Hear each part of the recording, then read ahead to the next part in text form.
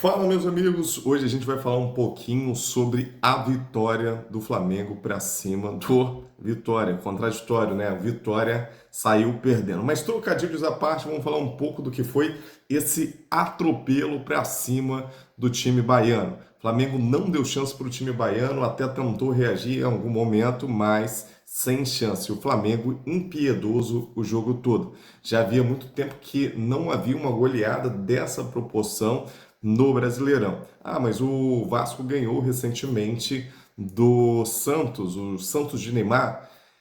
Ali foi um ponto fora da curva, não foi algo que o Vasco vem produzindo ao longo dos últimos jogos. O Flamengo, tanto na Libertadores como na temporada como um todo, tem produzido grandes jogos. Nem sempre bons resultados, mas grandes jogos. O Vasco não conseguiu dar continuidade, perdeu ali para o Juventude. O Flamengo vem de uma sequência boa. Talvez, possa estar empolgado com esse resultado tão elástico, nós podemos presenciar de novo aí um grande time no Brasileirão, como foi o Cruzeiro, como foi o próprio Flamengo de 2019 e outros tantos que dominou o Brasileirão por um tempo, como era o São Paulo em 2007, 2008, que dominava ali o Brasileirão com a sua capacidade de propor o seu jogo e dominar os adversários. Vamos dar uma olhadinha no que foi os lances, mas antes, ó, esse aqui é seu canal A Bola. Vamos dar um joinha aí, um curtir, compartilhe e não se esqueça, inscreva-se no canal, está começando agora e precisa demais da sua ajuda. Vamos lá, jogador, vamos ver o que foi esse amasso aí para cima do time do Vitória. Eu logo no início aí, ó, parecia que havia um contra-ataque, o Flamengo rouba a bola, essa é uma das qualidades do Flamengo e tchau. Rouba a bola com muito perigo, com muita e muito incisivo no ataque. Esse Samulino embaixo das pernas do jogador, ainda desvia um pouco nas pernas do jogador, sem chances para o goleiro. Esse desvio matou. Novamente, ó, saída de bola, o Flamengo pressionando. Pedro dá um corte ali, finge que vai chutar. E essa linda cavadinha, nojenta, hein? Pedro e Samulino estavam inspirados nos jogos, no jogo. Olha que cavadinha nojenta.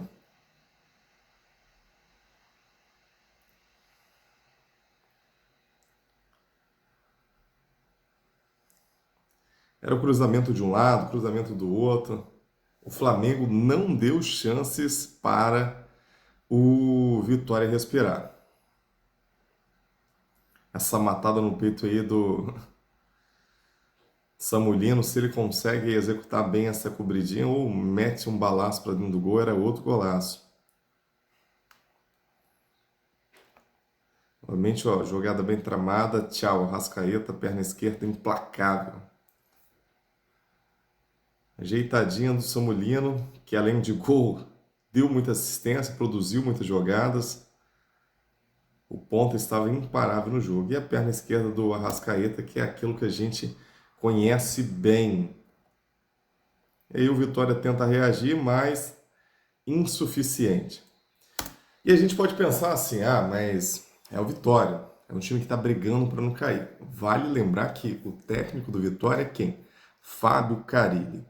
É um técnico que desenvolve defesas que é muito difícil de conseguir penetrar, muito difícil de conseguir entrar na defesa dos times do Carille. Vale lembrar do Corinthians de 2016, como era difícil aquele time tomar gol. Nenhum time meteu mais que 2 gols no Vitória nesse Brasileirão. Ah, é um time que está brigando para não cair? Sim, de fato é. Mas não é um time que se vaza assim tão fácil. Tem as suas dificuldades de produzir, atacar, mas não é vazado assim tão facilmente. Nenhum time no Brasileirão conseguiu meter mais que 2 gols no time do Vitória. Carille, ele pode ter seus defeitos ofensivos, mas defensivamente é um técnico impecável.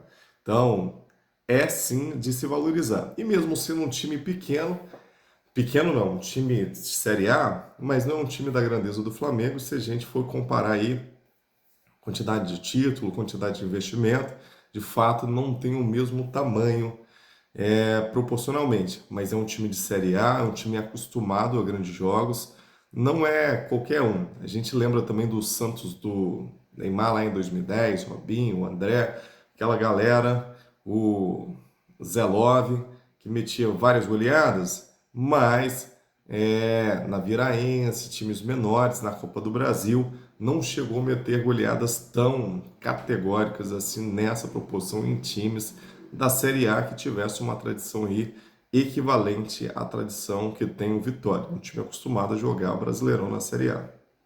Vamos dar mais uma olhadinha nos lances?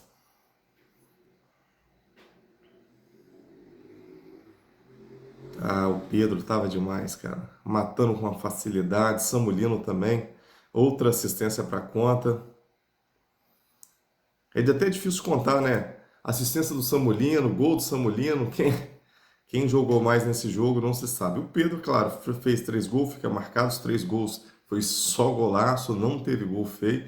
Mas Samulino também jogou demais. O Flamengo como um todo, Arrascaeta, o Luiz Araújo já correndo ali para dar uma opção. É isso que eu sempre falei no Flamengo, variedade de jogo. E é isso que o Felipe Luiz vinha insistindo. Quando você tem várias opções no ataque, dificilmente a zaga consegue marcar, porque você cria a dúvida. O defensor fica ali na defesa. Eu vou correr para tampar a lateral, eu vou correr para tampar o meio, ele vai tentar um drible, ele vai tentar um chute, ele vai tentar um passe, ele vai tentar cruzar. Esse monte de opções na cabeça do defensor confunde e dificulta a marcação.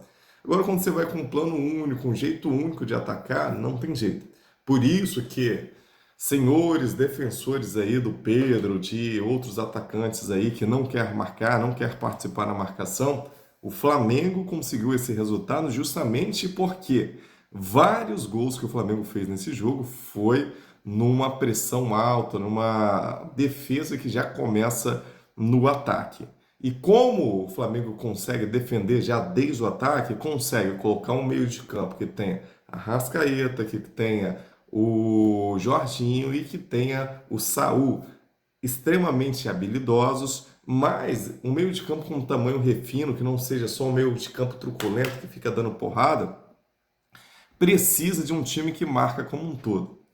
Assim, aquele atacante bonzão que ninguém vai ou obrigar a fazer nenhuma responsabilidade defensiva dentro de campo, o meio de campo vai sofrer, vai ter que ser um meio de campo mais truculento, mais brigador e cai a qualidade. Essa qualidade aqui é um novo entendimento de jogo, em que todos participam do ataque e todos participam da defesa.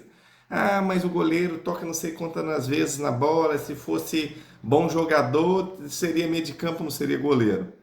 Hoje o futebol mudou, meu amigo. E futebol moderno é isso daí. 8-0. Não quer se adaptar, continua aí tomando goleadas dos times que estão se adaptando a esse novo jogo. E o Flamengo vai trocando a bola com a maestria que eu vou te falar, ó, as tabelas. Pô, toma, mais um. Samulino, segundo dele. Olha essa tabela, cara. O Flamengo jogou demais. Que amasso foi esse? Arrascaeta vai tocando, tocando na maciota, devagarzinho. Com calma, toma caneta. Luiz Araújo fez o dele também. Perna, perna, perna. Opa, fecha. Toma. Já era, implacável Luiz Araújo.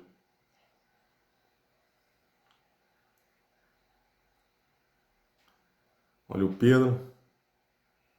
Que gol foi esse? Gelado mesmo, tava gelado. Ó, ó o elástico. É dúvida. A zaga não sabe se vai marcar o Pedro, se ele vai dar um toque, para onde a bola vai ou como eles ficam todos perdidos. E o Flamengo vai macetando. A bola que sobra, os jogadores já estão todos nervosos, sem saber o que pode acontecer. Vai marcar, fica nervoso, começa a criar situações aí, ó, que vai se atrapalhando. A zaga vai ficando perdida, sem saber o que fazer, e o Flamengo vai para cima. É essa a questão. O jogo moderno é isso, meu amigo. Todo mundo joga, todo mundo marca, todo mundo ataca. E tinha que ter o dele, BH, para fechar o caixão. Não que o Flamengo se satisfez com 8-0. Se o Vitória não se defendesse o suficiente, era mais.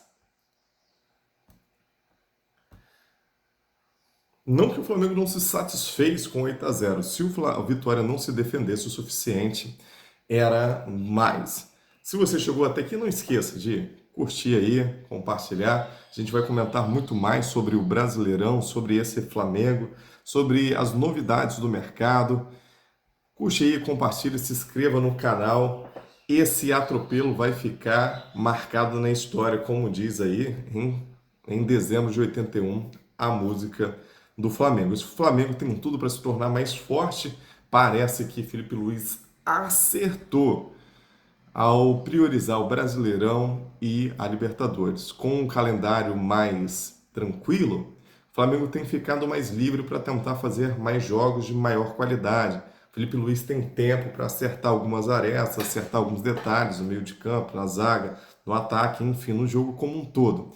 Quando o calendário estava muito inchado, é jogo quarta, domingo, quarta, domingo, quarta, domingo, muito pouco tempo para poder treinar. É válido lembrar que tem a viagem, tem a folga do jogador e logo em seguida jogo novamente. Dificilmente um técnico consegue fazer alguma coisa com um calendário tão apertado.